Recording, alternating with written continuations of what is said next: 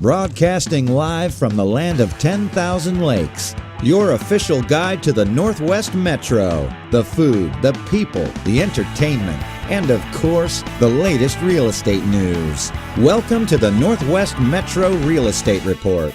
And now your host, a licensed realtor specializing in new construction, helping build new communities in the Northwest Metro, Amanda Galindo.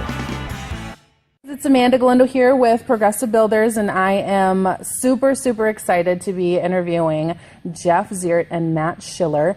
They are the owners of Lupulin Brewery here in Big Lake, and there's three things that I love with a passion. It's my family, real estate, and beer. And I will not put those in order of preference. So I'm so excited that they're going to be here in Big Lake, and I'm going to let them talk a little bit about the brewery, when it's going to be opening, some different brews that they have on tap. So I'll let them do the talking. So thank you guys so much for setting up the interview. I'm super excited. Thank you, Amanda. So tell me a little bit about you guys. Where do you guys live? Where's your family? Are you from the area? This is Matt. I live in Montrose. I'm married, two kids, a boy and a girl, both in high school now. So pretty close to the area here, about a short 20-minute drive. So cool. Mm-hmm. Do you live here, Jeff? Yeah, I live actually just across the river, and as the crow flies from the brewery, probably about a mile. Okay. But just right off of 14? Off of County Road 39. Okay. In Monticello. Okay. So I'm in Monticello. I'm also married. Have two children. They're actually young adults, and actually it's a great pleasure because one of our children, Aaron, is actually going to be our assistant brewer. Oh, cool. And he is actually right now over in Stockholm, Sweden, and doing an apprenticeship at a small craft brewery that's over there that's very similar in size to what we're putting here in at Lupulin. So he's spending 7 weeks working on a commercial brewing system there. He's brewed with Matt and I for really heavily in the last 6 months, but he got into brewing about 2 years ago also. So funny little story about Matt and I when it comes to where do you live, what's your family about. I spent 20 years when I graduated from college and moved over to central Wisconsin, a small town called Wisconsin Rapids. It was a large paper mill community. And it just happens that Matt grew up in Wisconsin Rapids, Wisconsin. Oh, crazy. And his dad actually worked at the mills, not the mill that I was at. And my children, both Aaron and Abby, actually attended the same grade school as Matt. And Aaron did go 1 year to the high school that Matt actually went to also. So when Matt and I met almost 5 years ago, it was kind of like we were destined to be together for this adventure, knowing that we had that common where he grew up and where we lived for 20 years, and we're now 250 miles from that place in Wisconsin Rapids. So it's kind of a story we always tell people of how did you meet, and then we tell the story about some coincidences that we had. So it's meant to be. Yeah, so Matt can kind of tell us about how we met and brewing together and things like that. Yeah, how did you guys start brewing? Well, you got some brews in the garage right now. Yeah, well, I guess how we started brewing, speak for myself and probably for Jeff also, we both really love beer, so it's an easy transition. If you love beer, your natural thing, we both kind of have engineering minds, so we naturally want to create ourselves. Mm-hmm. So it was an easy transition. I think we both started brewing independently around the same time, in like 2008, 2009. Just starting small, learning, reading, getting as much knowledge as we can. And then we met, I want to say 2011. Mm-hmm. Yep. We both kind of joined the same homebrew club based out of Annandale, Brew Your Own Beer Club. Okay. We joined right about the same time, actually, and it was, and then the discussion about Wisconsin Rapids came up right away, and instantly we had the There's a same connection. frame of reference and same people we knew and stuff like that. So Awesome. and then we it was about another year later we started working on the brewery. Finally, we decided let's just start a brewery. That was beginning of 2012. Okay. So it's been A couple years in the making. it's been a long road to get to this point, that's for sure. But earlier this year, we kind of combined all our piloting equipment and really started pounding the pavement on getting everything dialed in. So Awesome. we're feeling pretty good about the beer right now. So Yeah, I'm feeling pretty good about it too. speaking of, we might have, Yeah, you're the head. You're the we head. might have to go on to the next beer. Oh yeah. You're the So, why did you guys end up choosing Big Lake? What was it about Big Lake that you liked, and the location? Well, our when we started developing that business plan back in 2012, we really were focused on the Northwest Corridor area, either off of I-94 or off of Highway 10. And in fact, it was really zeroed in on Matt's mind, Highway 10, at one point because of the commuter station. I was more focused on let's be in Monticello because that's where I lived. Yep. But when some of our plans really kind of went awry in that area, we re-explored things, and one of the things that we did is we had a close friend who knew an acquaintance that was a business owner in Monticello who was also good friends with the mayor of Big Lake. So Lynn Fleming introduced us to Rand Danielski, the mayor, and within about it was within probably a week, they had set up a special city council meeting here in Big Lake for Matt and I to come and present our plan. So it was January of this year. Okay. And we basically felt walking out of that meeting that we found our home. We had explored, several different locations. We had looked at Albertville at one time. We had looked at Monticello twice. We had been down Hanover. We were really focused on staying in this Northwest area because we know that there's a lot of craft beer drinkers, and there really wasn't a lot of that presence here in that Northwest metro area. So that's really how we chose Big Lake. Again, it was on our original radar. Our location is very close to the commuter station, half-mile away from that. We're right off of Highway 10. So everything really, and through the city council, they helped in the economic development group here with Heidi Steinmetz, helped us find the location and the place. And they really, as we said, they rolled the red carpet out for us and really worked with us and very supportive of us. And they've continuing to support things and with ordinances, with planning, with our conditional use. They've just been huge backers and fans of what we're doing here. And it fits in with what the community is because they really want Big Lake to be a destination community. Yep. Where people from the cities or people come to find that destination to spend the weekend or spend the evening at restaurants or craft places or special shops. So Yep. that's really why we ended up here in Big Lake, and we're just happy as can be to Yep. be here. So It's a great location.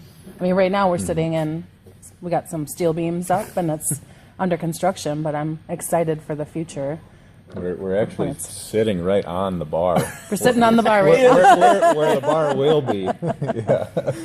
So which beer did you pour for us here, Matt? This is our what we like to call our WIPA, or which is just our short fun name for a wheat IPA. It's kind of I guess I'd say a standard IPA, but we make it with about 30% wheat to Okay. give it a unique twist on a Tastes good. standard IPA. I have a feeling every one that I try, I'm going to say tastes good.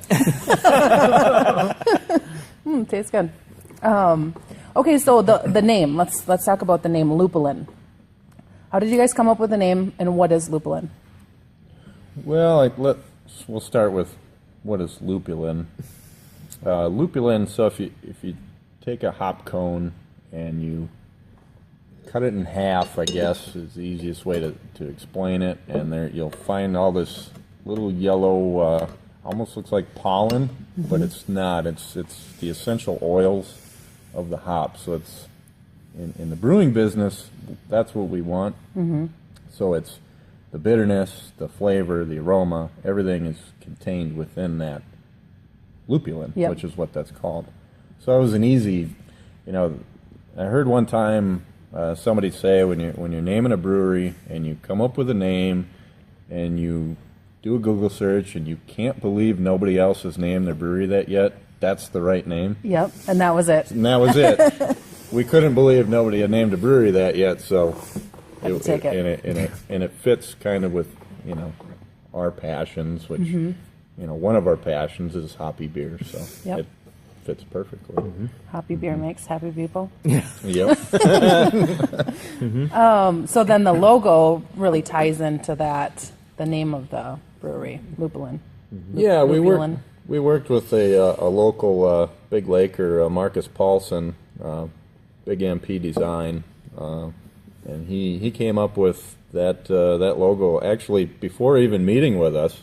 Cool. He knew he was going to meet with us, and he had actually put together some samples for us, and we kind of went down another road for a few weeks, and then came back to that one, and it really, it is lupulin, and it was an easy decision at that point. That it perfectly explains, it's the hop cone cut in half, showing the lupulin. Yep. And we feel it's kind of an iconic symbol. It's easy to remember, and Yep.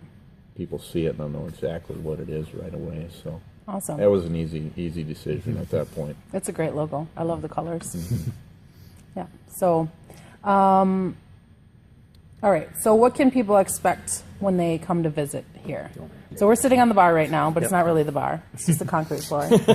Yeah. So the easiest way to explain it, we are a production brewery that also has a tap room. So the laws are a little unique in Minnesota. If you're not familiar, maybe you are. You can have a brew pub, which is you brew beer on site, and you have a restaurant. And if you have a brew pub, you have to have a certain percentage of your revenue from food. Yep. Not familiar with what exactly that is, but you can also have a full bar at that point if you're a brew pub. So we elected to do a production brewery, and with what they call the Surly Law in 2011, that allowed a production brewery to have a tap room on site, to have a bar. So because we're not doing the food, we're only allowed to have our beer, which is fine. That's all we want. Right. So when you come into our place, we're going to focus on beer. We're not chefs, we're not cooks, we're brewers. So Okay. we're going to let the other businesses around take care of the food. So we may have some food trucks come cool. up here. We That's may, we will, not may, we'll partner with, we've already reached out to several local restaurants, and we'll have menus or some kind of menu and ordering system when you come in, and they'll deliver or bring in whatever. Bring in a bag of chips. Yep. Whatever. Bring in pretzels. Really, Yep. we're just going to be doing beer. Sure. And it's not just going to be tastings. It's going to be like if you want a glass of. Absolutely. Okay. Yep. It'll be like a regular bar tap room. It'll be our beer, but because we're a production brewery, we're also allowed to distribute at that point, whereas a brew pub can't. Okay. They have to sell everything on site. Glasses and growlers. We're a production brewery. We could do glasses of beer and growlers, and we could also sell 22-ounce bottles, which is the large format kind of wine bottle style beer. Okay. We can sell those over the bar. I brought one special. There we go. Fancy. And Yeah. so that'll be our focus, and then we're going to start just focusing on the tap room, just to make sure that we're able to make enough beer for the tap room, and then we'll slowly branch out to Sure. distribution. So eventually, the goal is we'll be in, distributing kegs to bars, bottles to liquor stores, in the whole the whole thing. So That's awesome. but it's That's all so gonna start exciting. Yep. Really Got to in, start in here. the tap room. But yeah, servicing our customers that come through the front door for pints and growlers, basically. So Yeah. that'll be the starting point, and obviously as you as you look at distribution, we'll definitely have to have growth at that point in terms of additional capital equipment with the fermentation, because we'll need additional capacity as we expand out. So there will be several steps that we'll go through to increase our capacity in that as we grow and move into the distribution side of the market. But that is our, moving on to one of your questions around the vision, that's our long-term vision. I mean, we have a very extensive, some people could call it a five-phase plan that we laid out originally back with our business plan. We refined it. It may change the day we open, but basically what it is it's phase one is what Matt explained, is focus on the tap room. Phase two is look at how do we start getting out in distribution in terms of the restaurants here locally, restaurants in the Minneapolis area. Then start some of the small bottling, more hand bottling, which is our Belgians that we would do corking and cages to be able to and doing a lot of stuff by hand.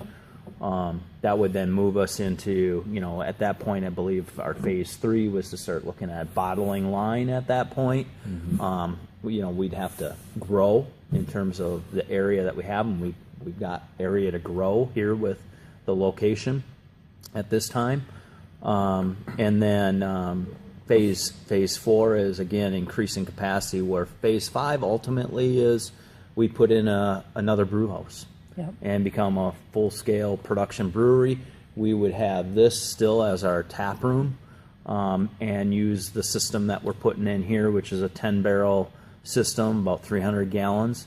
We'd use this to continue to supply and run one-offs or special types of beers through this system, and then still serve here at this tap room. So whether we're here in this location, which is where we'd like to be, or in a different building, that would be where we'd be expanding to a larger brewing facility to be able to expand our wings throughout, further in Minnesota, Wisconsin, Dakotas, the Midwest. I mean, we want to be a player down the road as the business grows. So That's awesome. it's kind of taking the step at a time. But you have to have a vision. You need to set the goal high and look where you want to be. So that's really what we've done and laid out. And we'll see where it takes us. Oh, I'm excited for you guys. So tell me a little bit more about the beers. Like, what kind of different beers do you guys have? Well, Speaking of beers, Yeah. we're getting down there. We'll have to give we're gonna Amanda have to- another one. Which one do you think we should go for you next? tell me. Yeah, you go ahead and pick it up. Part of the thing that's unique about being able to do a 10-barrel tap room type setup is we have great range in what we can brew. Where your larger production breweries have to continue to supply the same beer out to the public because bars are relying on it on the tap line, liquor stores are relying on it, on their store shelves. We're able to kind of brew whatever we want whenever we want at this point, which is kind of nice. So you see a lot of variety. We're going to try and keep it fresh. You're not going to see the same 3, 4, 5 beers all the time. The only one we're planning to have year-round is our Belgian Blonde, which is a traditional Belgian style. Typically runs around 6.5%. Ours runs in that same range.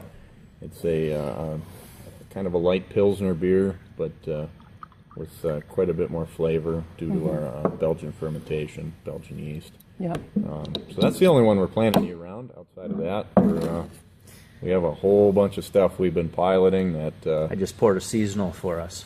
Which one do we have here? That's our Pumplefest. So our Pumplefest is it's actually Jeff's son Aaron, a friend of his. It's like a pumpkin. It's got like something in there. Tastes pumpkin-y. Yep. You're right on there. Let me grab a sip of this so I can better explain it. That's good though that you. So Jeff's son Aaron, a friend of his, I think had lived out in New York at one time, and started this little fall party, I think just among friends, and called it Pumple Fest, Pumpkin Apple Fest. And this year they knew we were starting this brewery and kind of approached us to, hey, you should make a beer for this Pumple Fest, and just among friends. So we're like, wow, that's a great idea. Yep. So basically sat down and didn't want to do the traditional pumpkin beer because everybody's doing that and lots of people do it well, so let's do something different. Yep. So kind of looked at, I'm a big fan of German Oktoberfests.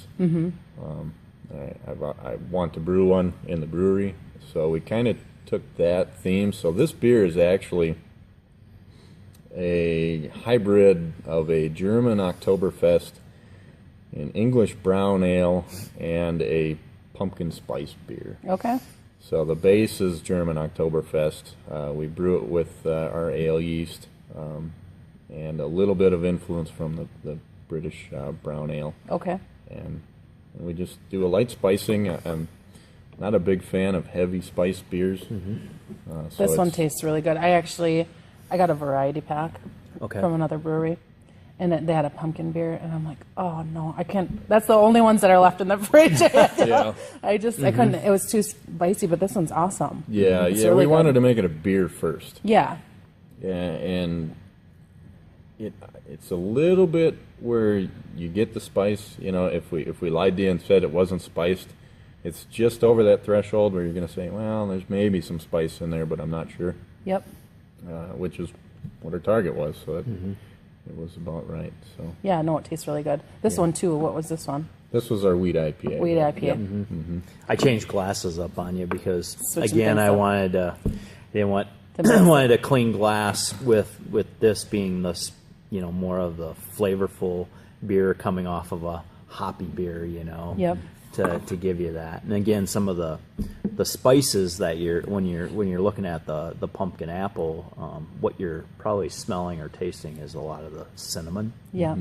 Because that really truly comes through. But again, like Matt said, we were trying to keep it very subtle. But it has, we did vanilla bean, we did ginger, we did allspice, and then cinnamon. And that was a learning experience. I actually went down to Penzeys Spices down in I guess Lynn Lake or Uptown. I can never remember what the designation is there, but it was a learning experience. Not being a chef or a cook, there's actually a vast difference in cinnamon Oh, for sure. from the regions. So I went down there and worked with Just the quality of worked it. with them at Penzeys, and we were sniffing cinnamon for probably a good hour until Blow your nose and you got cinnamon. Yeah. So I shouldn't say sniffing. We were smelling cinnamon.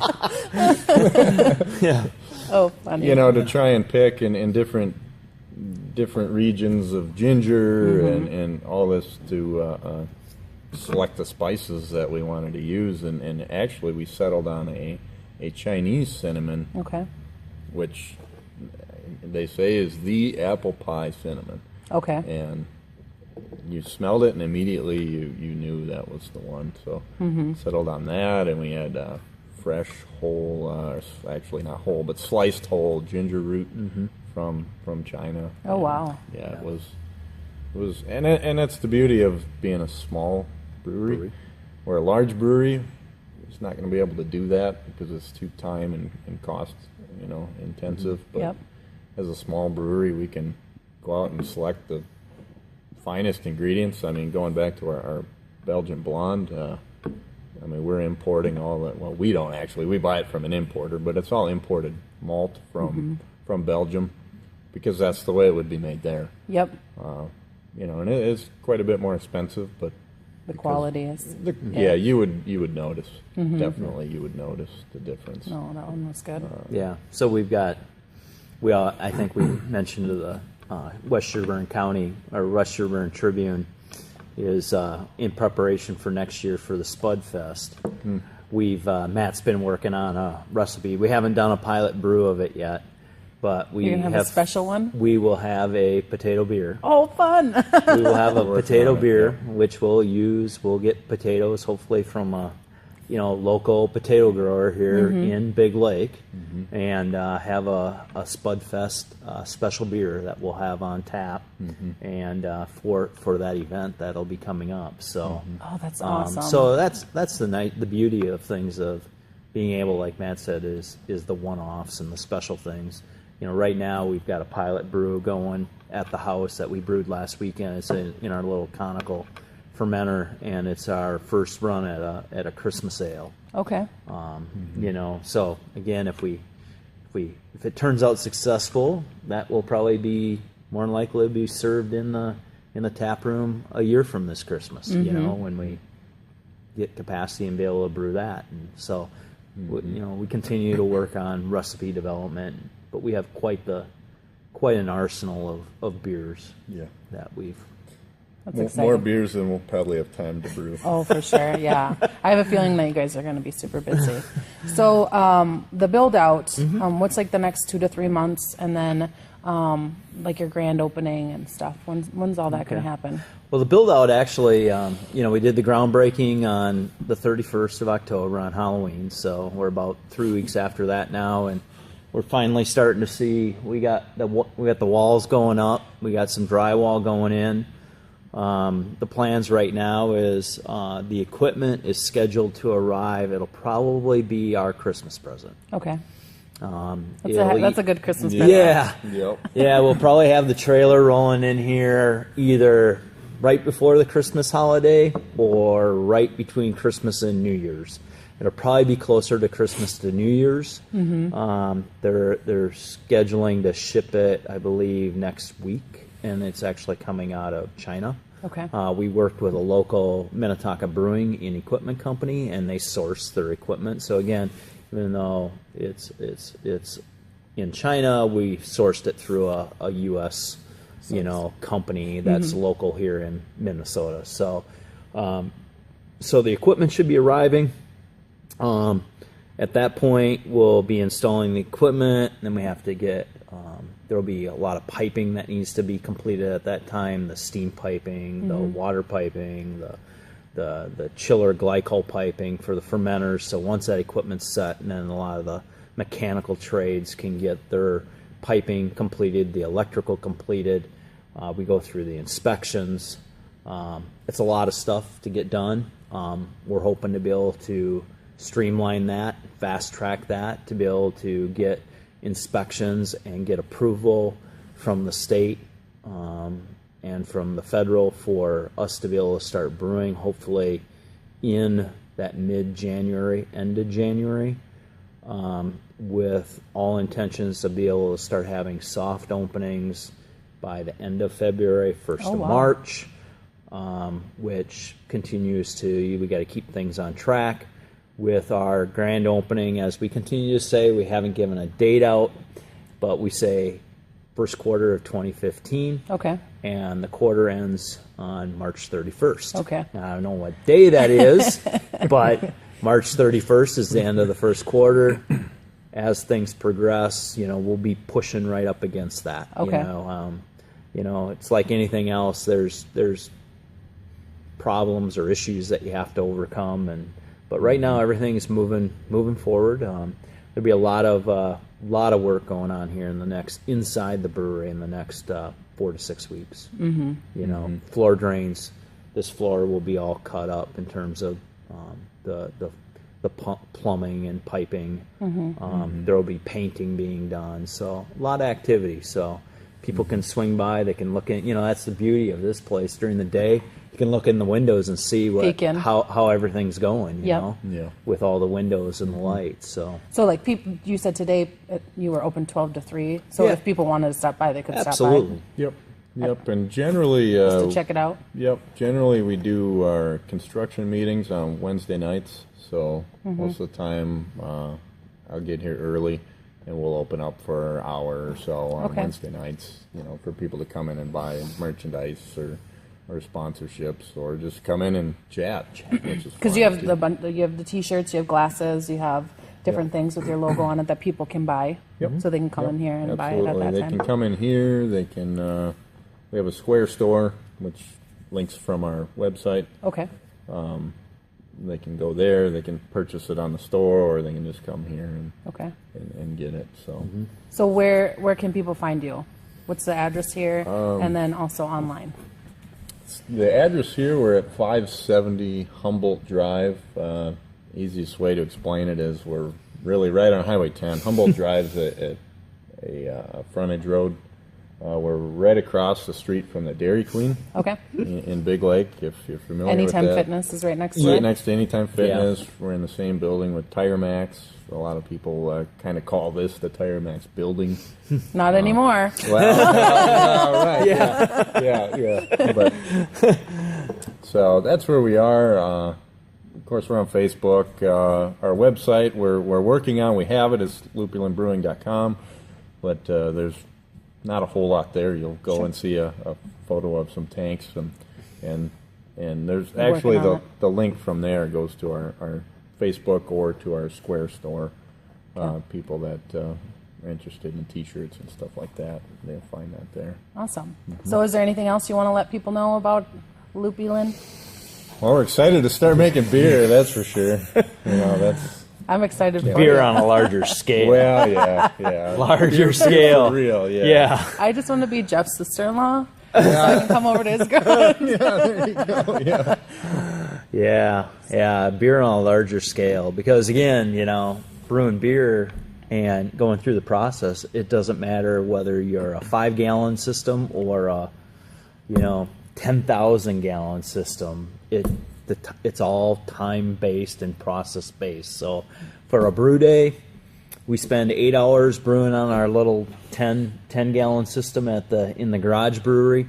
We'll spend 8 hours brewing on our 10 barrel system here at the brewery. So it's the same amount of time.